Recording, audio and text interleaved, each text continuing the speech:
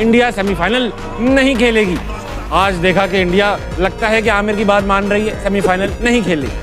আরে মোহাম্মদ আমির ভাই, এখন তো তিনি ক্রিকেটের সবচেয়ে বড় জ্যোতিষী বা ফুটবলের সেই পল অক্টোপাস।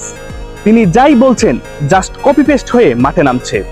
সাউথ আফ্রিকা বনাম ইন্ডিয়ার ম্যাচ মাঠে গড়ার আগেই তিনি ম্যাচ জয় হিসেবে সাউথ আফ্রিকাকে বেছে নেন। তিনি বলেন সাউথ আফ্রিকার ফাস্ট বোলাররা আহমেদাবাদ স্টেডিয়ামে আগুন ঝরাবে এবং ইন্ডিয়া বিপদে পড়বে। তেমনটাই হলো। মাত্র 111 রানে অল আউট হয়ে যায় ইন্ডিয়া।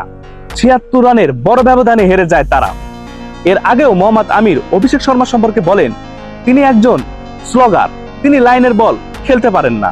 তাকে একজন প্রপার ব্যাটসম্যান হিসাবে মানতে মোহাম্মদ আমির নারাজ। তারপর থেকেই অভিষেক শর্মা পরপর 2টি ম্যাচে গোল্ডেন ডাক সহ এখন অফ ফর্মে। হ্যাঁ, মোহাম্মদ আমিরের এই কথাগুলোই এখন সোশ্যাল মিডিয়ায় আলোচনার তুঙ্গে। আমার তো মনে হয় ভারতীয় খেলোয়াড়দের এখন কোচের কথা না শুনে মোহাম্মদ আমিরের কথা শুনে সেভাবে প্র্যাকটিস করা উচিত। আর হ্যাঁ, মোহাম্মদ আমির কিন্তু আরেকটু ভবিষ্যৎবাণী দিয়ে গেছেন। তিনি বলেছেন সেমিফাইনালে ইন্ডিয়া খেলতে পারবে না। এখন দেখা যাক সেটা কতটা মিলে। ধন্যবাদ।